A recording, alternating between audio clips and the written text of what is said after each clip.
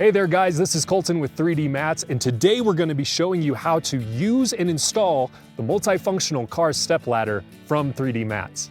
There are several different ways that you can configure this step ladder based on your needs, and we're going to dive in and show you step by step how to do it.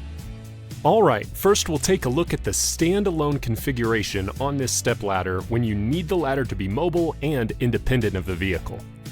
Simply expand the folded ladder out and set it on the ground, and then you will bring over the two support arms toward the available pinhole slots.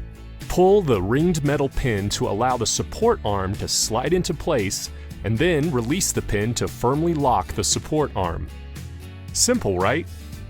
Now let's take a look at the wheel well configuration for when you want to use the ladder to access the roof of your vehicle.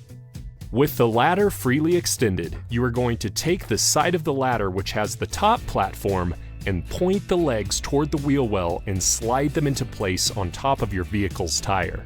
You'll most likely need to adjust the length of both sets of legs to get the angle of the ladder stable.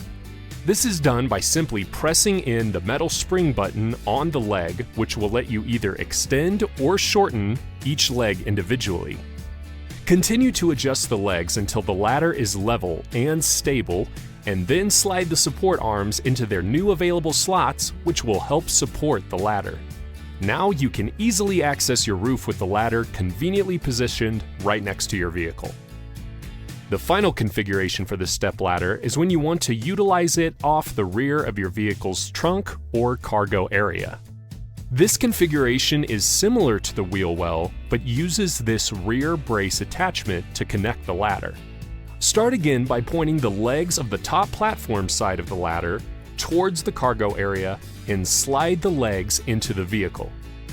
Again, you'll need to adjust the legs to get it level, and remember to lock the support arms into place. Now the first thing to do is loosen the J-hook on the brace.